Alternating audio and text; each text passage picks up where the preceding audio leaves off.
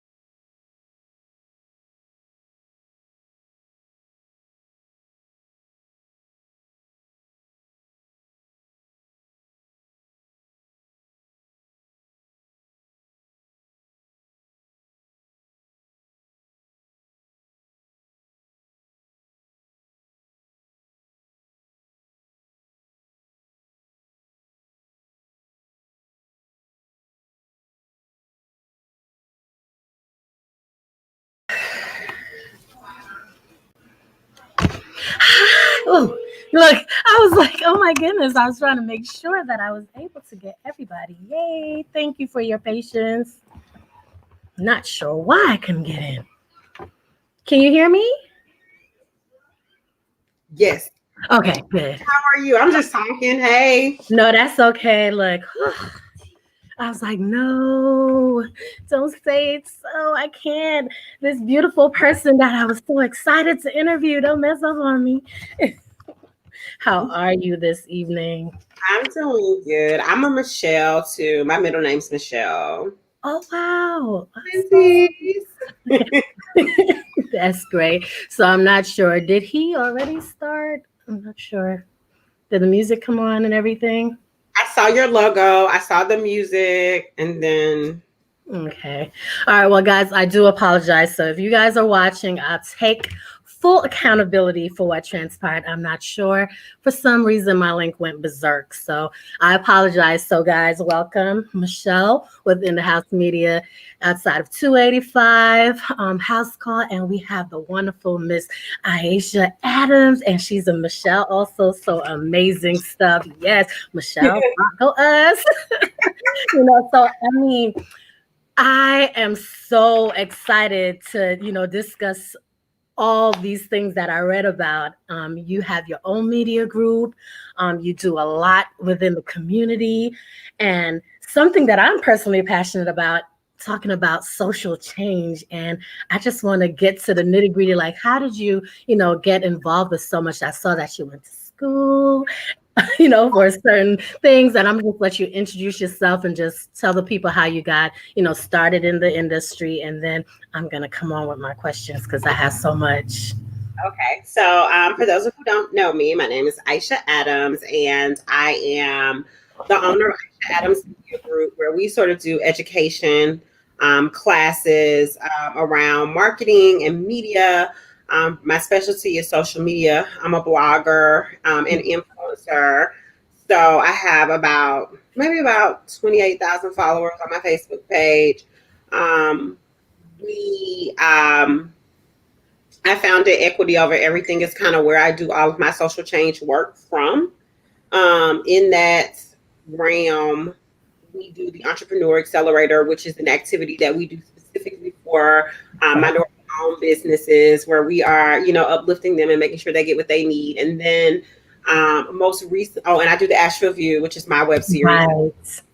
Which I love doing that series. And then my biggest project right now is the deal we did with Lenore Ryan University, which is the Lenore Ryan Equity and Diversity Institute, which Correct. is a training program. So it's just an extension of the trainings that we've been doing. We just went a little deeper and started targeting some different issues, and super excited to be doing that work.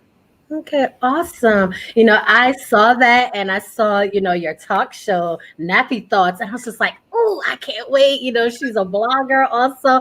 And, it's the Asheville View, correct? Mm-hmm.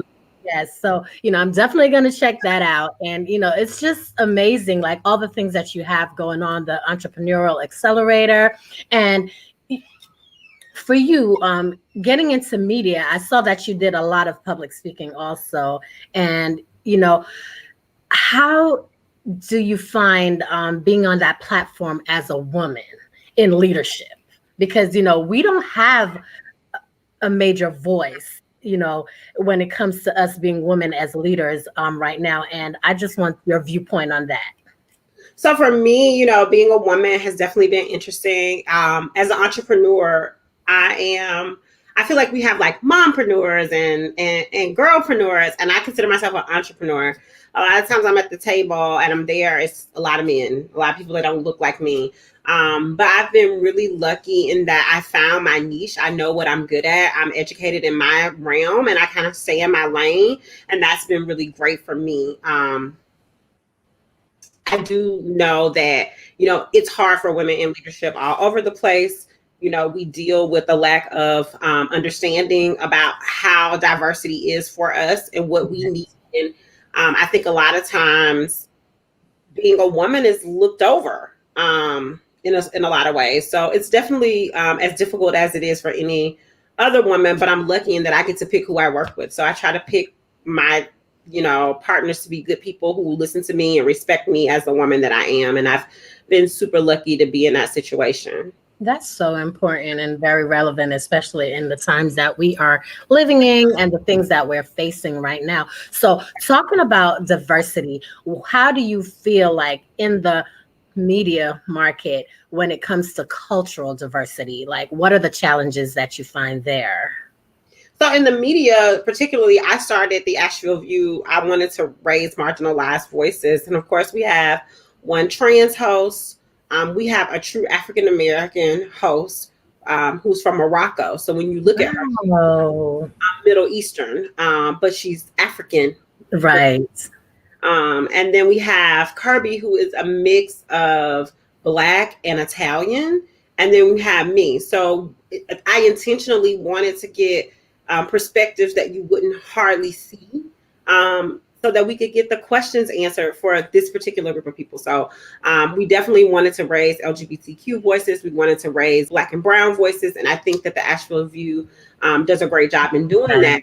And what we have been able to see is that we're asking the right questions. We're asking questions that are opposite of the editorial questions that are coming out. This year has been a breakout year for us. We've partnered with everybody from Thrive to the Mountain Express. I literally have an email where somebody took an actual line out of our one of our interviews and is asking if they can put it in a movie. So we definitely have been just making Black, Brown, and LGBT voices Right. more visible and faces more visible, and just kind of bucking the traditional media. And that's the work that I wanted to do, because I know growing up, I didn't see a lot of cute, fat Black girls on TV. You know what I'm saying? Like, even if it was a cute Black girl, she was still skinny, right? I recently, They didn't get with the healthy sisters till later on. you know what I'm saying? I was looking at Moesha, because it's back on Netflix, and just to watch the whole thing and the way they did Countess Vaughn, as beautiful as she is, just every joke, fat joke, But there are women that look like us out there every day. There are women who may have natural hair out there every day. There are different. We're all different. So when we talk about cultural diversity, I'm even talking about like the right wing. That's a culture. Right? It's a culture. So there's a diversity of cultures. We all have to sort of be here together. And the trick is, how do we do it in a way that's very classy and equitable for everybody? Right. And the reason why when I read your bio and I did my homework, I'm anal for doing homework, which it's a good thing. It just touched me because coming from the islands, our motto is out of many, one people, in Jamaica. And my family, literally what I always tell everybody, my family is a rainbow. It's literally a melting pot, because we have so many different ethnicities in our family unit. We have Asian, we have Indian, and German, Irish, etc. So when it comes to me to, identify, yes, I identify as, African American. However, there's so many other, levels to me and people that I identify with. And, going to school and, of course, when you're in marketing, you take, your courses and you talk about, cultural diversity and, going into international marketing is something that is very relevant. And just to touch on that, it's like, sometimes the skewed perception that I get back from it is like, I don't understand where you're coming from right now. So with the cultural diversity aspect of it, what stumbling blocks have you come across being in media and challenges with it? I really haven't had a lot of stumbling blocks, and I have funding issues, of course, because I'm a Black woman-led production company. So check the numbers, all Black women, right? But I've gotten a lot of grants and a lot of support in my community. Because what I did was I targeted a community that wanted to be targeted. So you in international marketing, so you know what I mean by that.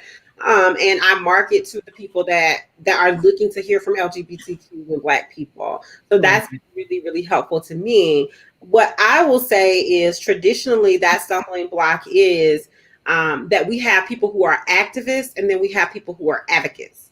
And so, like, when you have a community activist, they want to make a social or political stance. So a Right. lot of times in the marketing meeting, that's what that person is doing. They're just tired of not seeing themselves represented. They want to be heard, and they want some type of systemic change. Whereas an advocate is a person who's at the table and who understands what question to ask to create that change. Correct. And so I've been really lucky in that because I developed the equity advocacy program to be an equity advocate. And so a Right. lot of times I'm positioning myself to be around people who are ready to make that change. So they're looking for good resources and they're looking for good tools. And so I've been really lucky in that the stumbling blocks that I have, they like don't come rearing up to mine. I will say that I do spend a lot of time explaining culture to people. You know, people will always say, "Well, let me ask you more about these pronouns," or "I didn't really understand what she said when she said this." And I do a lot of decoding and helping people come together. But I've just been really lucky in that I didn't start the Asheville View to get rich. Like I did it because I wanted to make Help. sure that when our election season came, that trans people could hear or see their representative sitting next to a trans person and figure out if that person was safe or not. I started the Asheville View so that when Black candidates were running, they had a place to announce and to call home. So I really started it for the right reasons, and so Right. it's just kind of been like, oh, if you don't support it, I support it, and that's all. So me and my husband, we really finance it. If we get a grant, great. If we don't, we don't.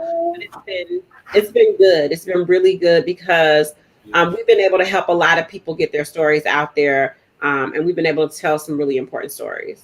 Awesome.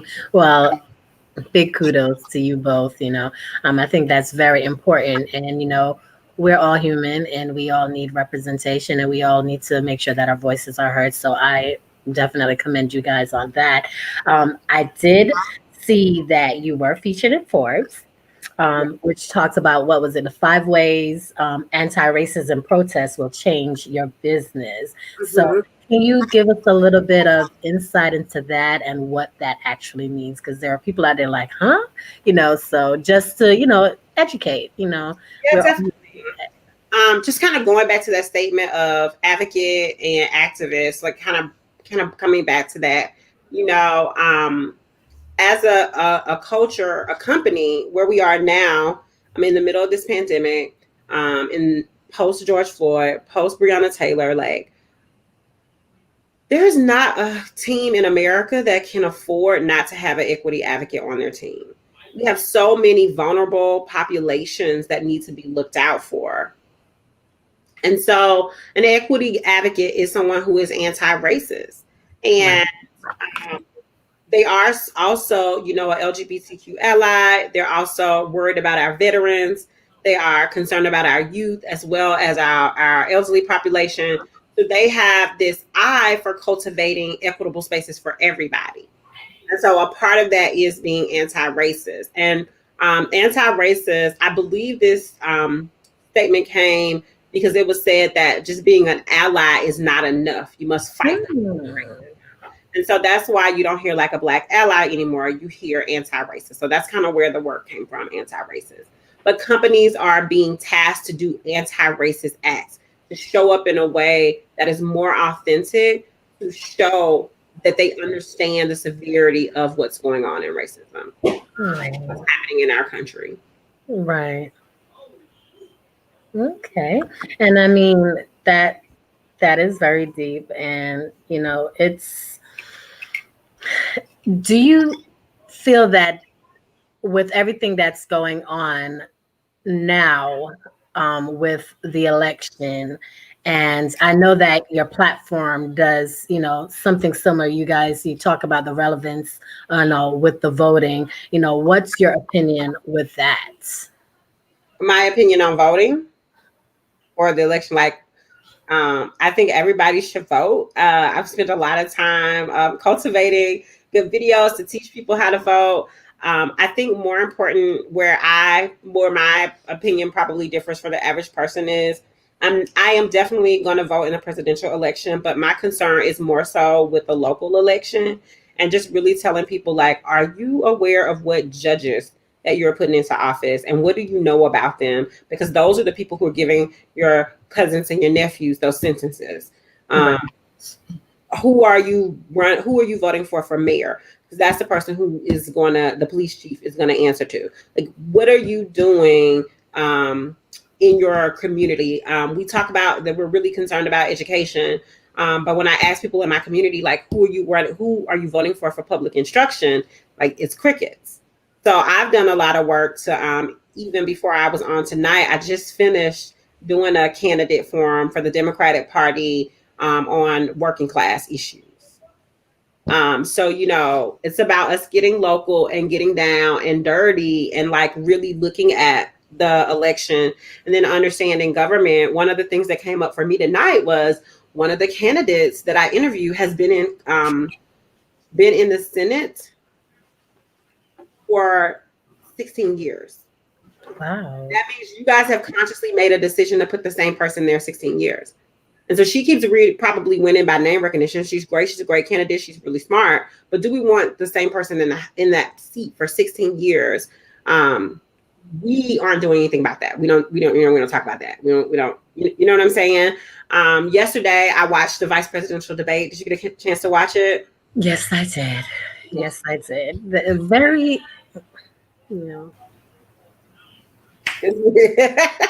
I'm gonna take your eyes as the answer. Okay. Exactly.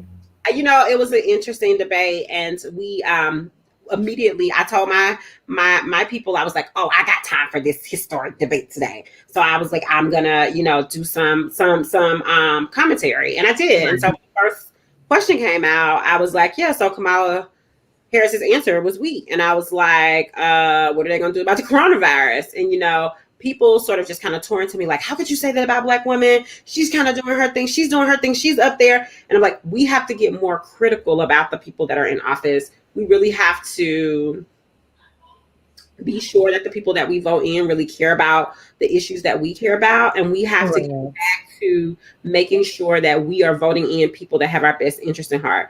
We got to get away from that Democratic Republican piece and get more into the policies and the procedures in our own community. So correct. Yeah. And it's a lot, right? Like on the ballot here, there are 30 offices. So how do you get to know at least 60 different people and try to pick, who do you vote for in such a short amount of time? So I definitely understand the challenge there. And I just encourage people to get super involved.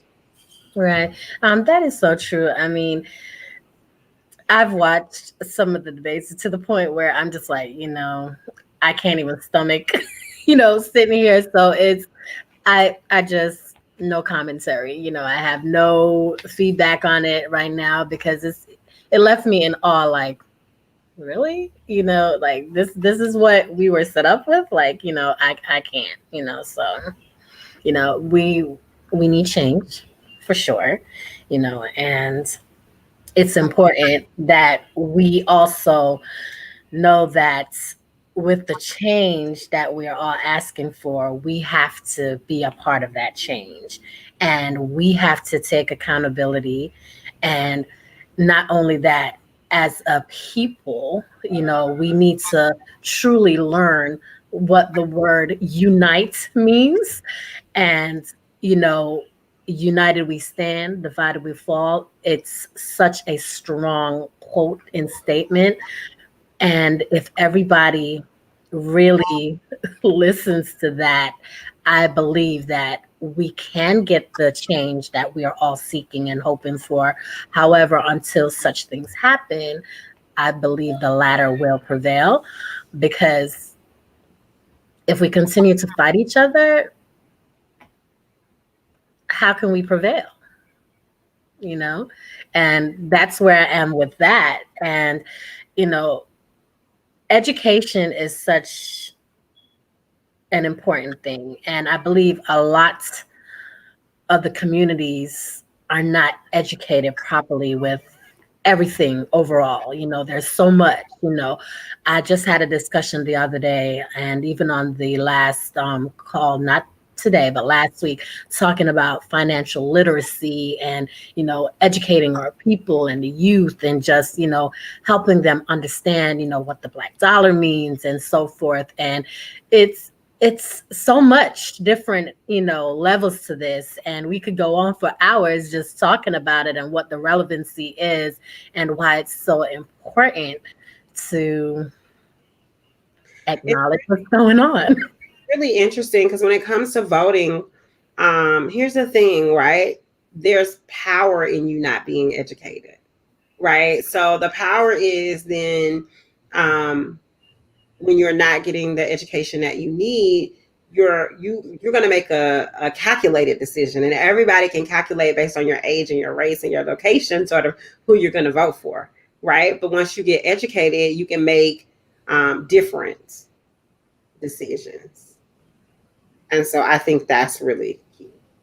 And I think that it's up to, like, the mainstream media isn't going to do it. So it's up to platforms like mine and yours to really Correct. educate people. And so I think it's super important that, we're talking about being educated to vote.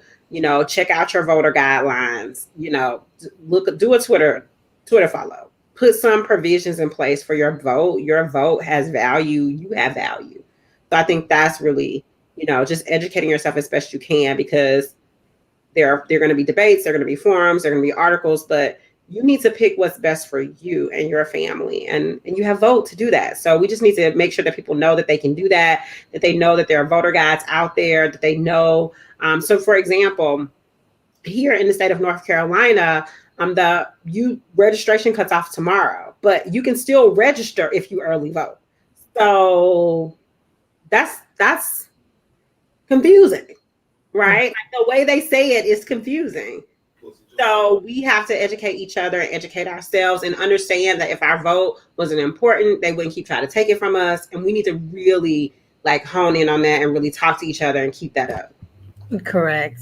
Right. It's something that we definitely, I think joining forces would be an amazing thing, so that we can actually, utilize the platforms to definitely educate the people. And these are things that we could talk about after the live and so forth.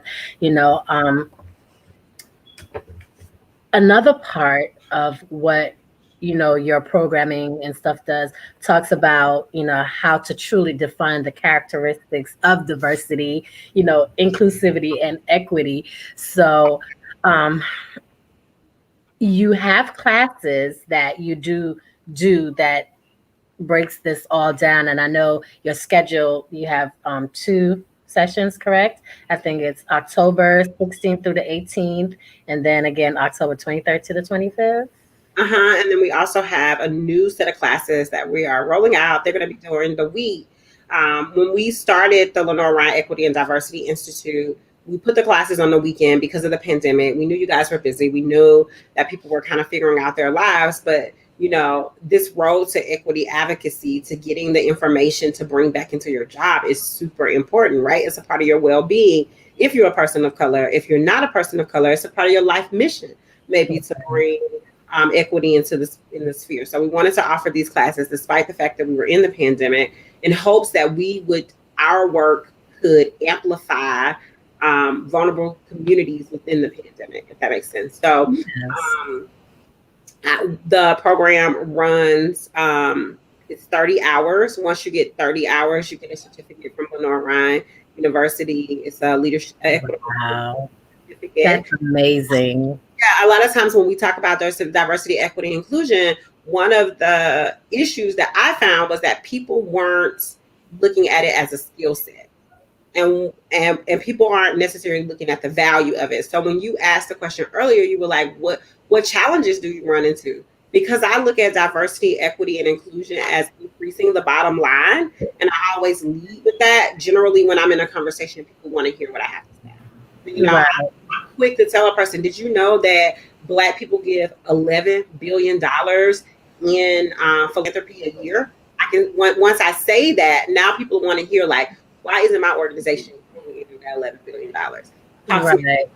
Equity and inclusion. So I'm always trying to lead with the value and the beauty of diversity, equity, and inclusion beyond the feel good. Because a part of, what people think is that they're doing this work, that they're doing us like a service, or no, like, diversity helps everybody. It's good for everybody. Equity isn't just Absolutely. about doing a favor for Black people, it's doing a favor for your company. It helps them live out their mission, their vision, and their values. And it's something more than just a favor. So I typically don't run into a lot because of that. Like, I'm really Yes. trying to show people, like, listen, did you know that when you have a woman on your C-suite, you make more money? They did the study in like 5 countries. So if you don't have a woman on your leadership team, that's on you, not because it's affecting your bottom line. Right. That is very true. And the bottom line, for major companies is a huge thing. They're like, that's their whole thing. What's going to help the bottom line? What is the long run goals and so forth. So absolutely, amazing stuff. And I'm going to sign up for some of these classes because I think it's absolutely amazing. There's some things that I would love to brush up on as well. So for you, I just want to know what inspired you to, you know, get into media and, developing these courses and just, being an advocate? Yeah. So I like have always been a student. I've always, I remember being in 10th grade, opening up those literature books. And Black people, you're gonna get you one Langston Hughes story, maybe. But you weren't really gonna see Black people in school. And that really bothered me. So I kind of started off my journey wanting to write and be a writer. And just I was always an educator. And so when I left the public school, I had a good eye for what wasn't equitable in the school system. Being an entrepreneur in the entrepreneur ecosystem, and a woman could say, as a Black woman, here are the ways that you guys haven't been equitable in entrepreneurship. So it was a natural fit for me to take those problems that I was experiencing. I have a lot of my white friends would come to me after they finish a training. Have you ever had one of your white friends come to you after one of those trainings and they're more confused than when they went to the training? Absolutely, yes. And there's like, they don't know what to do or how to move forward. Right. Or what to think. Like, Yeah. Yes. Yeah. So I felt like, okay, we need to resolve. We need to resolve for people what their role is. And so basically what I do at Lenore Ryan Equity and Diversity Institute is teach people how to use their profession to advance equity. So this is not a feelings class. We're not going to talk a lot about your privilege. We're not going to talk a lot about your biases. What we're going to talk about is when you build a website, how are you including Black people, brown people, LGBTQ people, the differently abled, those who may have some mental handicaps? What are you doing when you build that website to include them?